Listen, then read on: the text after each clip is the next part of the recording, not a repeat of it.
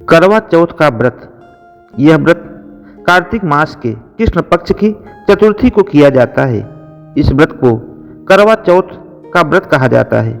सुहागिन स्त्रियों के लिए यह बहुत ही श्रेष्ठ और उत्तम व्रत है। स्त्रियां इस व्रत को अपने पति की दीर्घायु के लिए करती हैं। हिंदुओं में इस व्रत को बहुत ही अधिक महत्व प्राप्त है। वास्तव में यह एक अत्यंत प्रभावशाली तथा उपयोगी व्रत है। करवा चौथ की पूजन सामग्री। इसमें पीली मिट्टी, पीले लाल रंग का कपड़ा, लकड़ी का पटरा,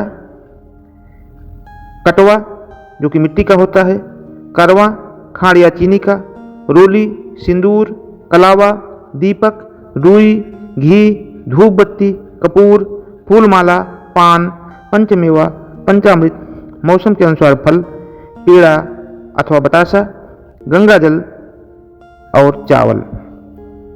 करवा चौथ का व्रत करने की विधि।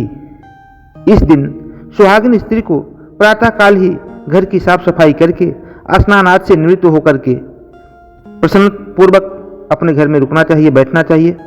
इस दिन स्त्री को पूरे दिन निर्जल उपवास करना चाहिए। फिर पूजन की सभी सामग्री को एकत्रित कर लें। इसके बाद में शाम के समय अपने घर के पूजा स्थान या आंगन को स्वच्छ कर लें। फिर स्त्री को मुंह हाथ धोकर स्वच्छ वस्त्र पहनने चाहिए और आभूषण आदि धारण करने चाहिए। फिर चावल को पीसकर उसमें थोड़ा सा सिंदूर तथा पानी मिलाकर मिश्रण बना लें और इसमें दीवार या करवा माता और भगवान गणेश का चित्र बनाएं। साथ ही सूर्य, चंद्रमा, सुहाग की विभिन्न वस्तुओं, चूड़ी, बिंदी, बिछुआ आदि, दूध देने वाली गाय, करुआ, बेचने वाली कुम्हारिन, 7 भाई और इनकी इकलौती बहन आदि के भी चित्र बनाए जा सकते हैं। यदि आपको चित्र बनाने में कोई समस्या हो रही है तो आजकल बाजार में भी करवा चौथ का कैलेंडर अथवा छपा हुआ फोटो मिल जाता है। इसे लाकर दीवार पर चिपका लेना चाहिए अथवा इस पुस्तक की एक अन्य प्रति को अपने घर में पहले से रख लेनी चाहिए, जिससे हमेशा आपको काम आए। फिर पीली मिट्टी से भगवान शिव तथा माता पार्वती के प्रतीक स्वरूप बना लेना चाहिए। वास्तव में माता पार्वती के पति भगवान शिव को अजर अमर माना जाता है, इसलिए उनकी पूजा करके माता पार्वती से प्रार्थना की जाती है कि हमारे पति को भी लंबी आयु प्रदान करें। फिर लकड़ी का पटरा रखकर उस पर पीले या लाल रंग का कपड़ा बिछा दें और उस पर उन स्वरूपों को रखें। मिट्टी के करवा में कलावा बांध दें और उसमें पानी भरकर रखें। फिर दीपक, धूप बत्ती आदि जला लें। फिर रोली चावल से पूजा करें और फूल आदि चढ़ाएं।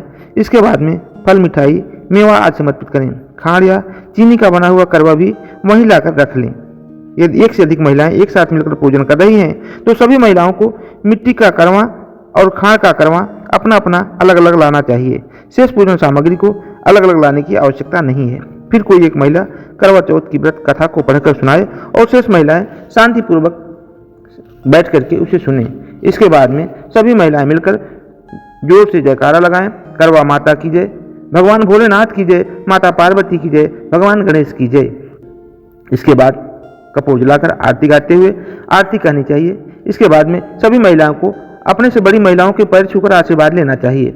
रात को जब आकाश में चंद्रमा निकल आए तो उसे देखकर उसे प्रणाम करना चाहिए और मिट्टी के करवा में भरे हुए पानी से अर्घ देना चाहिए। कई स्थानों पर चंद्रमा को चलने की ओर से देखने की परंपरा है। इसके बाद में अपने पति के चरण स्पर्श करने चाहिए। घर में कोई बड़ी महिला जैसे सास, जेठानी आदि हो तो उनके भी चरण स्पर्श करने चाहिए। इसके बाद में व्रत का पालन करना चाहिए, अर्थात भोजन आदि को ग्रहण करना चाहिए।